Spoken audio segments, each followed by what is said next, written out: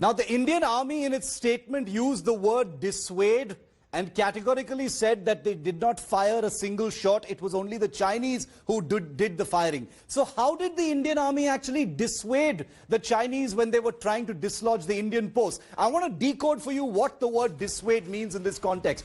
One, the use of these huge floodlights pointed at the Chinese troops. I can confirm it definitely did happen. Number two, there was the use of megaphones, where they used these megaphones to make loud warning calls, audio messages to the Chinese. This also definitely happened as far as the dissuasion is concerned. But number three, what the Chinese are accusing the Indian Army of, warning shots, the Indian Army has denied opening fire at all in this particular area. So it's become a huge war of claims versus counterclaims between China and India. Obviously, the world believes the Indian Army. The Indian Army is a credible force. The Indian government and the Indian Army have completely smashed what the Chinese claims are.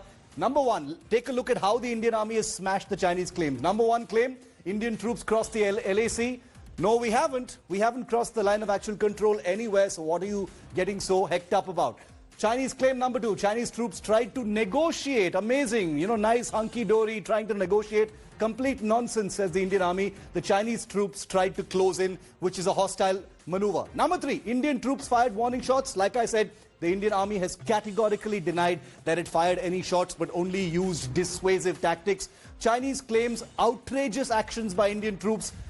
Indian Army says Indian troops exercised restraint, maturity, and responsibility. Then you have the Chinese troops taking countermeasures, they claim. What were these countermeasures? Nobody really knows. Warning shots were fired by the Chinese. They were dissuaded. They were dissuaded. There's no question of any countermeasures being taken by the Chinese.